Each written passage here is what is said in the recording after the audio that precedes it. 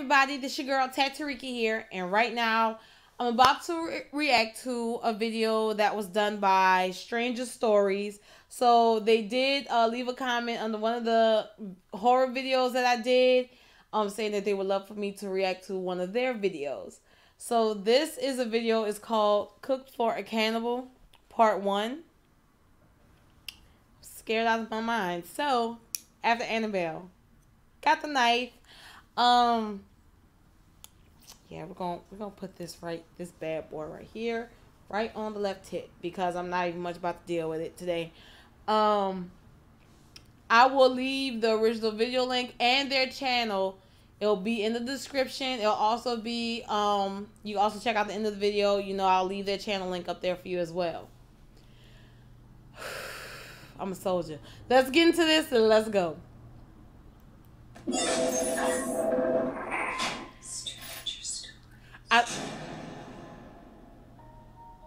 Never miss another strange story. Hey. Subscribe and hit the bell. Sit back. No. Fucking pause. Okay, y'all. I literally I was looking at my fucking door with that sound. Like, it's a mixture of thriller and in the fucking mortuary. Like, I Is to share with you. Sir, you too calm for me. Welcome and good night. Today's video is the first out of 2 parts. I really hope you like cannibals. I'm a private chef. I cooked a cannibal. I need to get this out here while it's still fresh in my mind. Sound like You Dracula. all have probably been where I was this weekend. $2 left in my bank account, behind on the car payment, rent coming due, not a single job lined up until the following week. Oh shit, but that's everyday life. Okay, that part don't scare me. Shit, we all going through that. I'm just shit. We all going through it. Like, straight up, we got hustles, and yeah, that $584. I would take that check so fucking quick. You have no idea. For a woman barely surviving on her own after a nasty end to a relationship, this was my criteria for the end of the world. I needed the money, and I needed it fast. Of course, it was really no one's fault but my own. The holidays had been kind to me. In my profession, it's the one time of the year you could really count on your clientele paying extravagantly for their catering. Sadly, I got a nasty divorce to hit me right before the new year, so most of my money went to court costs and the rest went to try to get my kids a few late Christmas gifts. I'm not saying any of this to make you feel sorry for me. I don't. It's a statement of facts, as I know how exactly I started browsing odd jobs online at sites sponsored by third parties. You know the ones, but hey, I was desperate. You can't do that. Everybody else just go to the strip club. Once or twice before back in college, and found there was one thing I could count on. The clients were always rich, so I set up a new profile and started browsing gigs right away. I probably spent a good 30 minutes and filled out 3 or 4 inquiries before an advertisement really piqued my interest. I typically copy and paste the details of any application info into a personal doc for myself, just in case the client tries to balk in the agreement later on. Here's word for word what the post said. The right candidate must be discreet and willing to work odd hours. Will provide my own equipment and refreshments. I will pay in advance any price for those willing to commit to an entire dinner. Come along. Hell no! No email, no payment info. Just a plain sort of post that was buried amid 100 others. Honestly, I don't know why I even bothered to shoot them a response at all. I felt dumb even giving them my PayPal info. I was half convinced it was one of those spam bots. Then they contacted me with an address and forwarded $1,900 into my account. They promised a little over half that much when I was finished. Ever had one of those moments where you felt like dancing? I sure did when I double-checked my deposits and confirmed the money was actually there. The event So what the fuck you were supposed to do was, the moment that you saw that the money was in there, you withdraw it and you put it in another fucking account that he don't have no fucking access to. That's what the fuck you were supposed to do. Other than that, we don't go alone no fucking where. You could be my boss for 15 fucking years. I ain't going nowhere along with you. You got me all the way fucked up. And I mean all the way. Come along. Hell no. That means off rip. Especially for a person who, no, hell no. I'm in the South. You tell me come along somewhere, that fucking means two things. You trying to butt fuck me, or your ass literally is about to do some shit you ain't got no business doing, and you won't be in on it as a fucking accomplice. The answer is no. People don't do butt fuck or jail in any way, shape, or form. We gonna keep it going. Boy, I tell you. It was scheduled that very night. Not very much time to prepare. Since I knew these people were willing to pay, I cleaned myself up a little. I wanted to look like I belong amongst them. You supposed to look like you. I called my friend Angelia to see if she could watch my twins, and was out the door by 7. I told her I expected to be home after midnight. My mama got track on my phone. I'm in my 30s. My mama got track on my fucking phone. Usually end with everyone getting shit-faced drunk, and that would mean more cleaning up for me. The place wasn't hard to find, just another high-dollar neighborhood in South Austin. It looked like the owner had about 12 or 13 acres, all for themselves. To hunt your stupid ass. Neighbor in sight, very discreet. I actually started imagining that maybe this was one of those hidden villas for a celebrity. I had no idea what to expect. There were about 7 cars parked near the front entrance. You saw Law and Order SVU, don't do it, girl. In my line of work, that typically means that all of the guests are some sort of My High Club registration sheet. I was doing a few breathing exercises in the car after I parked to get ready for what I thought I was in for. I stepped out into the cold, brisk air, and I straightened my uniform before walking to the front door. It was open. I knocked softly and looked inside a dimly lit vestibule, calling out to anyone inside. The place seemed deserted.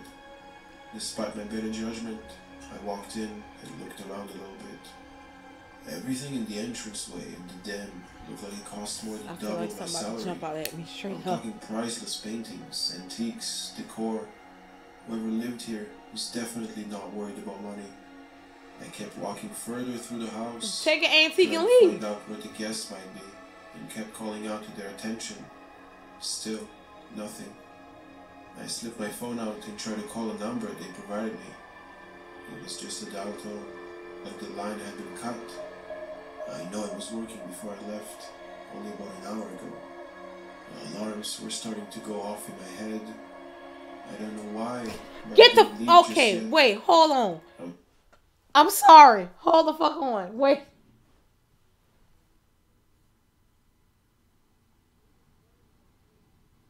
Oh, that's my washer. Yo, I'm getting paranoid as fuck, yo. Like, I felt like someone was touching my fucking leg, and then I heard my fucking washer. I can't. I was curious. Something was wrong, and I asked myself what was going on. I would have took me like 4 Fabergé eggs and a couple of pennies. I would have split. Fuck it. You left it open. Before the main dinner got started, I pushed the door open and felt my heart skip a beat. I literally froze in fear. There, in the center of the room, was a man sprawled out on the table. He was naked and tied down, his arms open spread like an eagle. How you fucking... Stop looking at me! The man's mouth was taped shut, but I could tell there was fear in his eyes. I can see in his pupils the same fear that is reflecting on my face. Behind him, 5 other individuals that were also strapped down. Each of them had marking on their bodies, the kind you would normally found on a cow before it was taken to the slaughterhouse. I needed to get out of there. Get out, find a signal and call the cops. I thought frantically as I backed away and slammed the kitchen door shut. I stopped in front of the foyer to find a man standing there, locking the door behind him. He was well dressed, his beard trimmed neatly, and his clothes pressed and ironed. Everything he wore had to be designer. a man of privilege. As he finished locking the door, he turned to me, his blue eyes gleaming with surprise stop with this at the shit. pace I was going. He was muscular. I knew it wouldn't take much for him to overpower me. I scrambled to search for my mace in my purse, and he smiled at me. You must be the cook.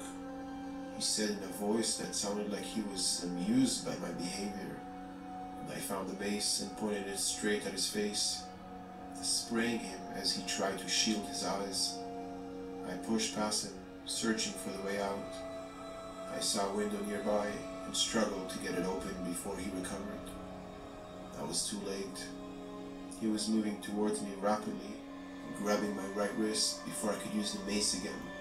See, and again, comes in fucking handy. Slice that bitch clean, slice that fucking vein, and guess what?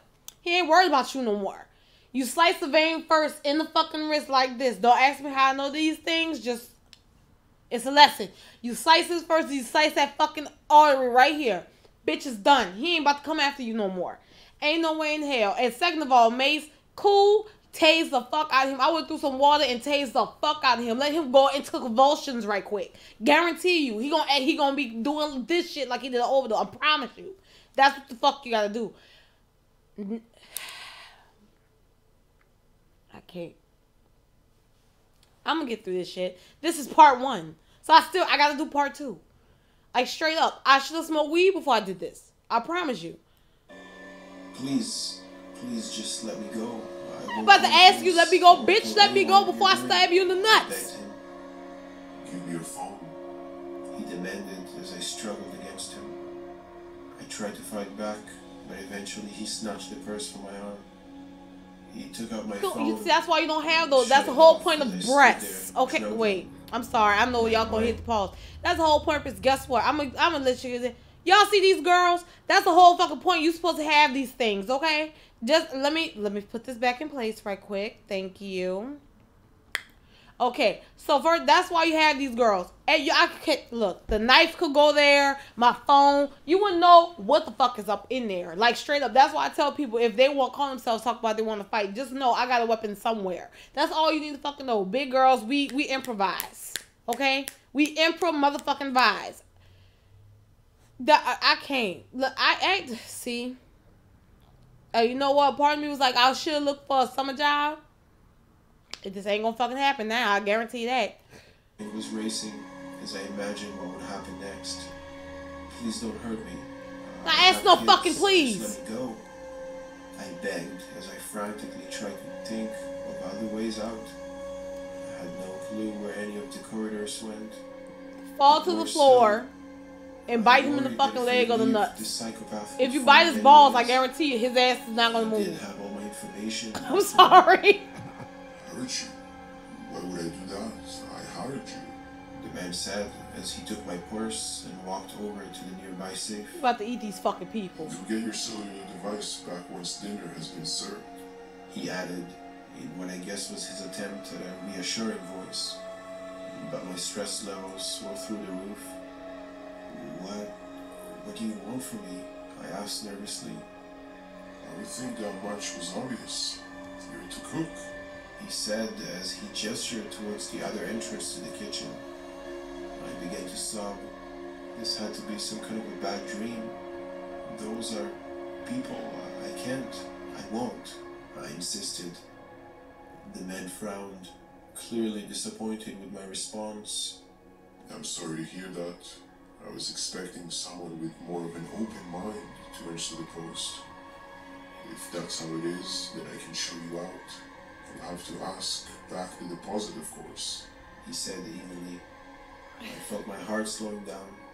Was he really offering to let me go? And just like that, I'm free? Naturally, I assume you want to call the police, and that will be disheartening for me, because my schedule won't allow for a proper cleanup, or even seasoning. It's not the first time I've had to settle for fast food, he said with a wicked grin. I felt my stomach do flips. I knew he meant that even if I did contact the authorities, the people in the room just beyond us would still be dead before they got here. This strange man would be long gone, undoubtedly, meaning that I would be back home, penniless and frightened that he would come after me next. Ain't no thinking. He gonna come after your fucking ass. ass. Out for me to be done with this as quick as possible. If I do this, you'll never contact me again. You'll delete my information, and I will pretend this never happened, I told him. It was the only card I had left to play. I knew that if he'd let me into the kitchen, I might have access to the knives.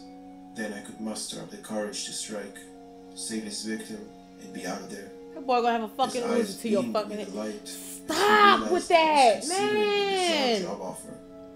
As long as he kept thinking that I could get the opportunity I needed, I thought. Should have had a fucking knife for you, girl. You ain't from the hood. $3,200 if you successfully finish the meal to my liking, the man said. I swallowed hard, trying not to think of the strangers in the other room. Before you say yes, there's something I need to show you. He interrupted.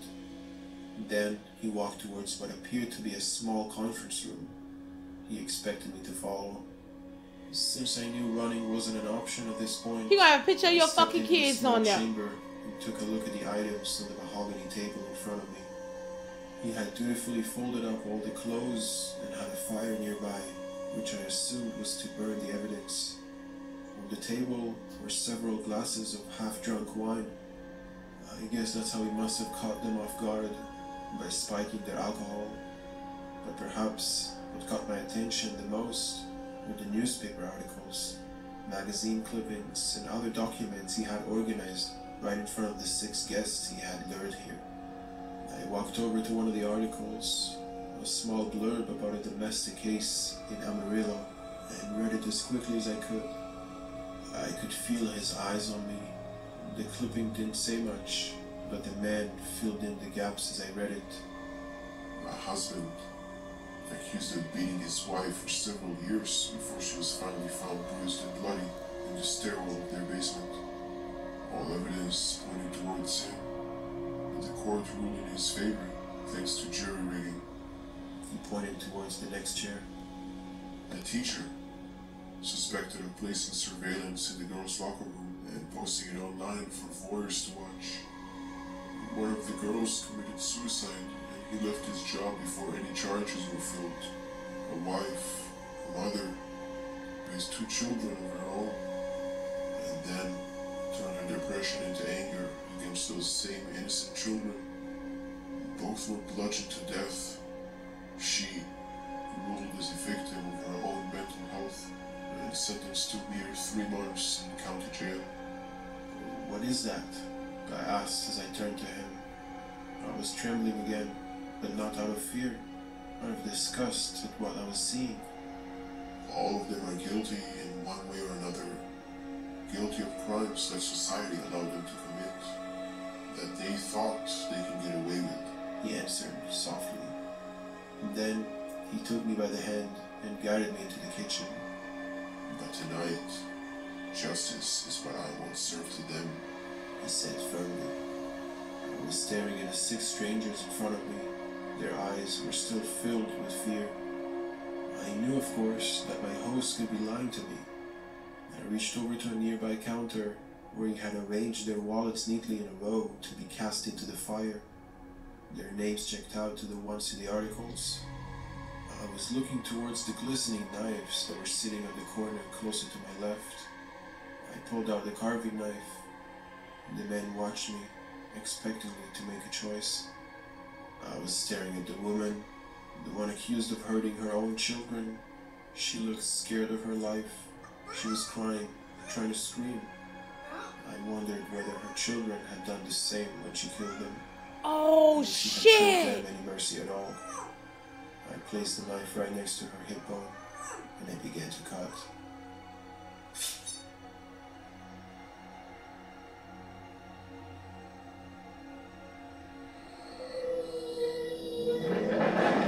Oh, hell no. Okay, that's enough. No. No. Stop it.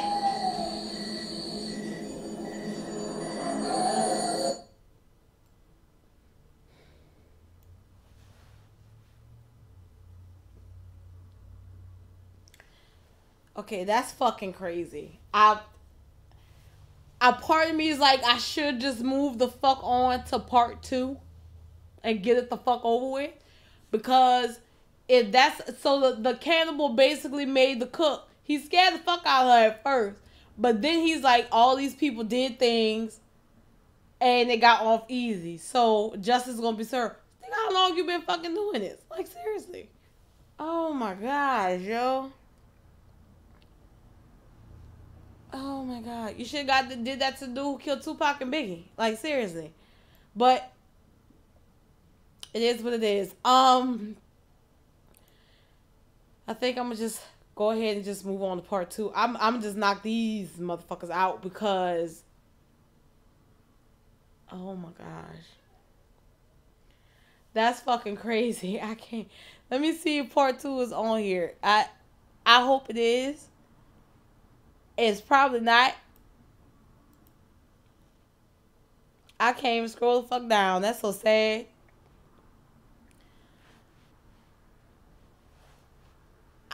I'm gonna just have to do it in a separate video. I literally imagined all that shit, like, straight up.